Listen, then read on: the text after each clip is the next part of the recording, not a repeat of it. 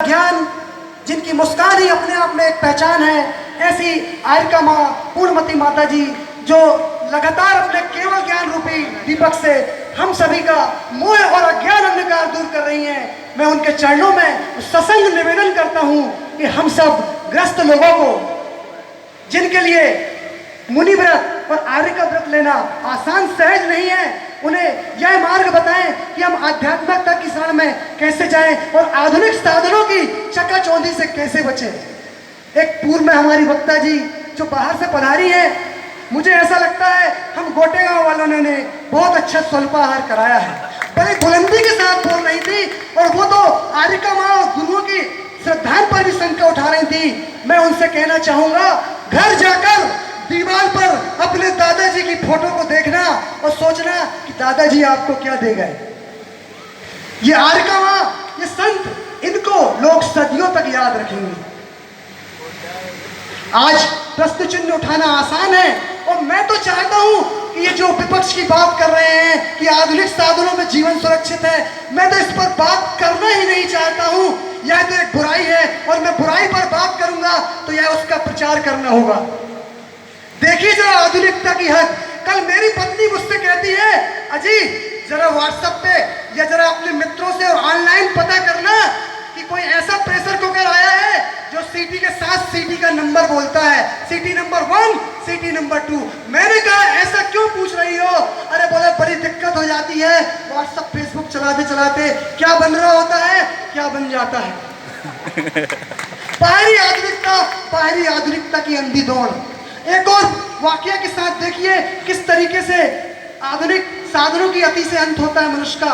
एक पशु जो कि मरुस्थल में चला जा रहा है और वह सोचता है थोड़ा और, थोड़ा और, थोड़ा और, प्यास के बसीभूत हो जाता है लेकिन पानी नहीं मिलता है, अंतोगत्ता प्राण त्याग देता है। क्या यही स्थिति हम बुद्धिजीवी लोगों की नहीं है? थोड़ा और सुख, थोड़ा और सुख, थोड़ा और सुख, अंततः चरम सुख कहाँ मिल जाता है और जीवन का अंत आ जाता है। बंधुओं, आज अव्यक्ता मूक माटी की पीड़ा आचार्य श्री गुरुवर विद्यासागर महाराज जी ने व्यक्त की है। मैं उन मोहतरमा से पूछना चाहता हूं, कोई बंद कमरे में बैठकर, एक एसी में बैठकर आधुनिक साधनों से सुसज्जित व्यक्ति कोई इतनी शानदार रचना कर सकता है? इसके लिए तो आध्यात्म योगी आचार्य गुरुवर विद्यासागर महाराज जी की जरूरत है। आप जानते हैं चक्रवर्ती का चरित्र क्यों पढ़ा जाता है? चक्रवर्ती का चरित्र इसलिए नहीं पढ़ा जाता क्योंकि वह 9 निधि और 14 रत्नों के स्वामी हैं, 6 खंड के अधिपति हैं। उनका चरित्र इसलिए पढ़ा जाता है, उन्होंने समस्त वैभवों को त्याग कर जैनेश्वरी दीक्षा अंगीकार की थी। आप हमारे पास कितना वैभव होगा?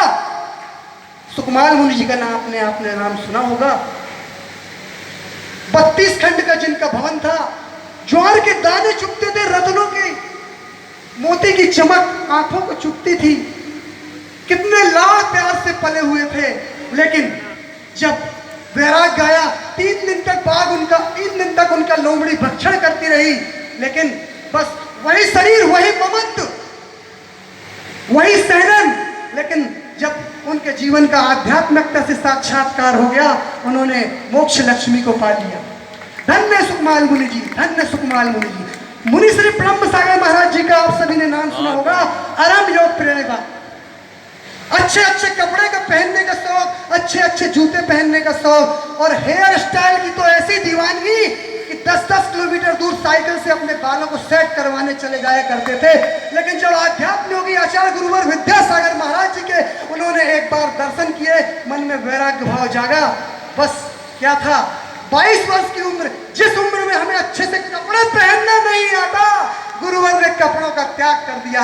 धन्य है ऐसे गुरुवर मुनि श्री ब्रह्म सागर जी महाराज। बंधुओं, अमीर वह नहीं है जिसके पास हजारों लाखों रुपए हैं, अमीर वह है जिसे अपने माता पिता के पास बैठने का समय। बंधुओं, अमीर वह नहीं है जिसने सैकड़ों एकड़ जमीन खरीद कर रखी है, तरह तरह की अच्छी कारें हैं। अमीर वह है जो शाम को जाकर अपने बच्चों के साथ बैठकर घुल मिलकर हंसता बोलता खेलता है।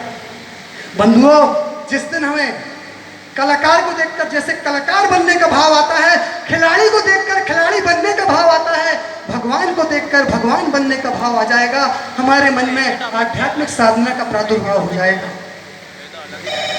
हम उन बंधुओं को कहना चाहते हैं, उन विपक्षी लोगों को कहना चाहते हैं, अपनी बात को जबरदस्ती हम सभी के सम्मुख रखने का असमर्थ प्रयास कर रहे हैं, क्योंकि आध्यात्मिक योगी आध्यात्म साधना तो हमारे मुनियों मनीषियों से चली आ रही है।